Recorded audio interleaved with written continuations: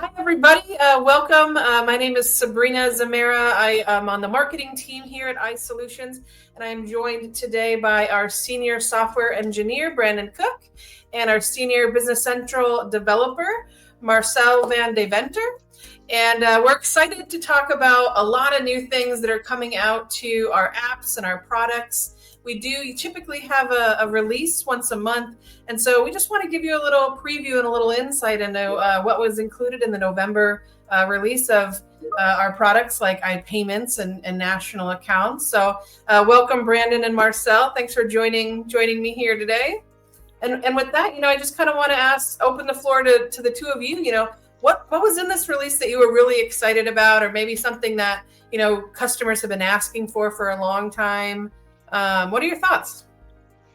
Yeah, I think there's quite a bit of new functionality that we've added. One of the exciting features I think is the magic links that we've added. Magic links are basically the same as a passwordless login, where your portal users can log into the portal without a password every time.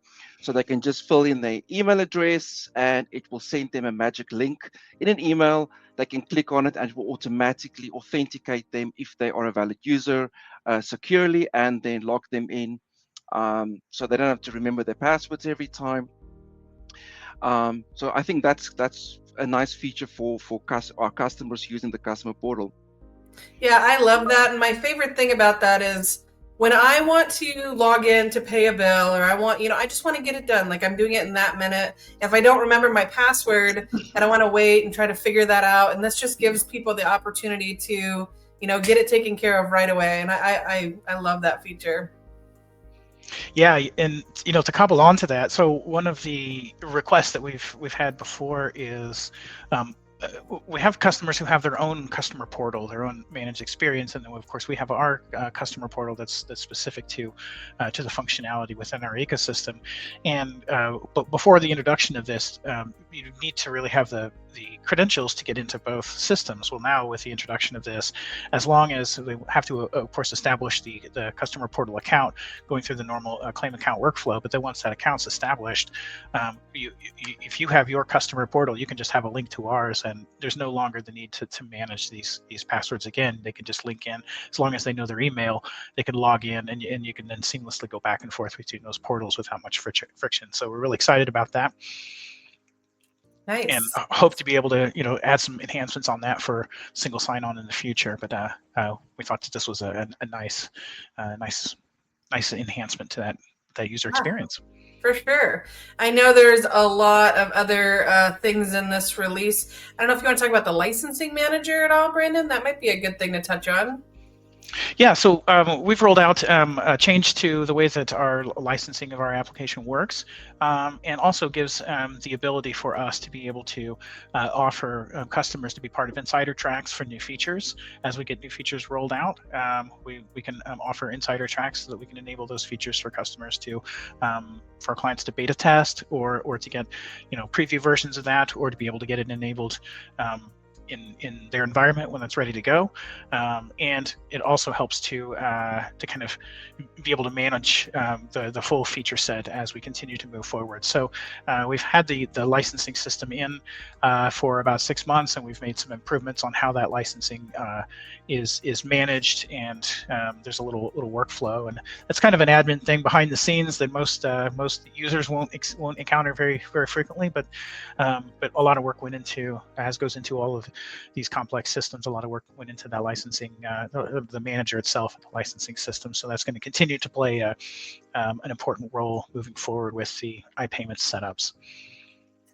Yeah, I think you're exactly right, and it's really important because some of those things that are behind the scenes are really critical to users, even if they don't even know it, right? But I'm gonna change paths here really quickly, because one of the things that I've heard customers and users talk a lot about, there's been a lot of talk in online forums and things that I've been reading about, this level 2 and 3 requirements. And I know that a lot of work went into our solution to make sure that it was compatible. Do you want to kind of just talk about what we put in place and the implications on that with our customers? Yeah, they're in the industry. There are obviously certain data that the merchants and gateways need in order to verify transactions. So one of the important information is that level 2, 3 components of that information. So again, this is one of the things that is kind of like under the radar and just happening at the background. We have enhanced our application to send more accurate information for the transactions, because then obviously that results into fee reduction and just aligning with the industry standards. So just making sure that your transactions, you will get the lowest fee possible from the gateways. And yeah. One of the reasons why the industry is starting to require these is to make sure that the transactions that are happening are less fraudulent and more authentic. And so by providing this information, you're guaranteeing that, and you're also lowering the risk to you as a merchant by taking payments. And the fantastic news about this is you have to do nothing. All you have to do is install the latest, a recent version of our application that has this feature in there, and you are off to the races, and you get this fee reduction and this lowered risk automatically. That's fantastic. Everyone loves that, kind of set it and forget it, and having a partner like iSolutions that, guarantees we're always going to be up to date with these. If people aren't using our product right now, do you know how can they verify that their solution meets these level 2 and 3 processing requirements? Boy, that's a really good question. I wouldn't be able to speak to a lot of other solutions, but I would think that you would be able to log into your merchant gateway, whatever merchant gateway that might be that's processing these transactions, and you would be able to inspect the transactions and look for that level 2, level 3 data. And each merchant gateway might define that data slightly differently, but overall the industry elements of the level 2, level 3 data are fairly aligned on all of that. They may be named slightly different, so you can look and see if that information is being passed through with the transactions, and also make sure that it's being passed through from your application and not stubbed in or not put in at the gateway level, and make sure that it's flowing through your application. So it might be really challenging for you to verify, but for instance, with iSolutions, you would be able to log into your merchant gateway, and you can inspect any of these transactions, and you can take a look back to the original transaction in Business Central, and marry those things up, the document, the customer information, the line items, the totals, and a lot of things you can correlate and say, hey, yeah, this level 2, level 3 data came from this transaction within Business Central, and you'll be able to see that pretty easily. Yeah, I just know that there can be some significant financial implications, like you had talked about before with some of these fees. So if you're not using an iSolutions product today, reach out to us if you want help trying to figure out if your solution is compliant, or if you're looking for a solution that is, so you can avoid some of those higher fees for sure. What else is in the update that you want to mention today? I think one of the things that we've also been working hard on is just on our customer experience in the pages. So we're constantly trying to modernize and working on our flows, our process flows in the system and payment screens, and we are adding some more in the future in changing some of that experience, but just for the better, and enhancing the screens and making it easier to use going forward. So that's ongoing maintenance we're doing, and minor fixes as we continue to just enhance our product and making it better. Yeah, in addition to what Marcel said with enhancing the user experience, boy, that's gonna continue to go a long way and really help out, I think, everybody who's using the product. We're continuing with performance enhancements as well. We're kind of always adding performance enhancements. We are continuing with security enhancements in our entire ecosystem. That's detection and monitoring, and additional filtering and blocking, and making sure that we're keeping security top of mind. It's the number one priority that we're working on as well. And we're continuing to work on kind of things behind the scenes, like disaster recovery and failover strategies for different various failures in the ecosystem. We had a recent a global Microsoft outage a few weeks ago that if you're using BC, you probably were aware of this for some way or another. We were able to be able to manage that with minimal disruption to your customers there. And we're continuing to work on those strategies. We are also doing some major architecture changes to prepare us for moving more rapidly with feature development in the future and more effectively, and also to be able to componentize our application, because we're rolling out at least one other product right now, and we have plans for a few other products. That new product is called National Accounts. It's just now on the market, and that is something we're pouring a lot of energy into as well.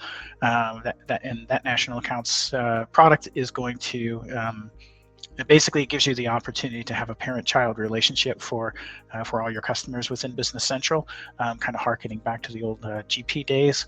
And we're continuing to pour a lot of time and energy into that to have that product cross communicate with iPayments and with the iPayments ecosystem and everything else. And so by taking some opportunity to do some re-architecting, restructuring the application, we're able to empower this communication between all of our iSolutions products, and potentially continuing developing more iSolutions products. So it's really exciting. It's a really pivotal time for us. There's a lot of growth. There's a lot going on.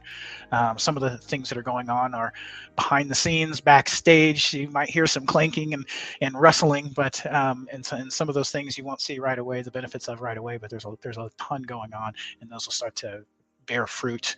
Some of those things that you don't see will, some of them are already bearing fruit, but some of the others will start to bear fruit here soon, and we're going to be able to continue to deliver solutions that solve problems for all of our clients and get you paid faster.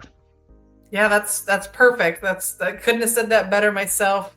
Now we're on the cusp of a new year here. Can you give us a little preview of what's coming down the line and what people can expect to be added shortly after 2026 arrives? Yeah, we've got a lot coming down the pike here. One feature that Marcel is working on here that we're planning on releasing sometime in Q1.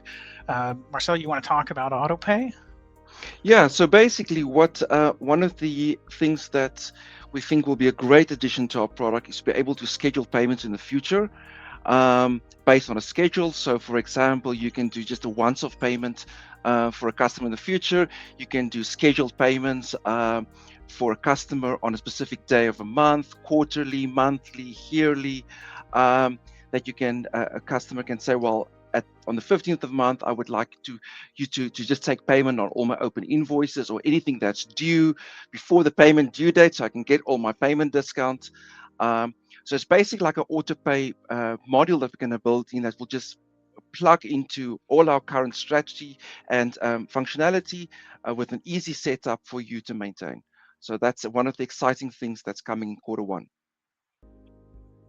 Yeah, that's going to be great. We're also looking at having just having some additional features to our customer portal itself, including the rolling out the compatibility with the national accounts as it all works together with iPayments, and so that's going to be a lot of fun and be really powerful way to be able to have your customers log in and access everything that they need to be able to access and the account, and again, get you paid faster. We're looking to have inventory available in the customer portal as well. We're continuing with, of course, ongoing maintenance with making sure that we're putting performance as a top priority and continuing doing performance enhancements. We're continuing with our UI enhancements as well to make the application flows more intuitive and easier and less prone to mistake, and also that also empowers us to be able to offer additional extensibility with other customizations, with other ISVs, which is going to be fantastic. We'd really like to increase the ability to interact with other ISVs in your customization, so that iPayments can be at the heart of your AR workflow. We of course, we're always continuing with security enhancements, and security is always top of mind. We're going to have international payments that are going to be we're going to be starting work on in Q1 of next year. So we'll start to be able to roll out some additional opportunities for international payments. So there's quite a bit. We've got enhanced dimension handling for posting and applications, and oh boy, enhanced MEM compatibility with our product, with iPayments, as well as national accounts. So there's a ton coming down the pike, and I think our clients are really going to be able to see that new things are coming out quite frequently. And we're also trying to maintain a release cycle, a fairly aggressive release cycle. We want to be sure that we are able, as soon as we have features done, ready to go, that we want to be able to get them in the hands of our clients so that they can use them quickly and take advantage of those and benefit from those. And so we are releasing on a cadence of 1 to 2 times a month. And so these we won't have to wait for fall of next year to start taking advantage of these in one big bang release. We're gonna release these features as they're available, so clients can continue to benefit from them. So really exciting times, lots happening, and lots to go, and we're having a good time solving problems for everybody. So I only have one final question. When are you guys gonna sleep? A lot of stuff that's coming out. That's Q1 of 2027. I think we have that on the dock.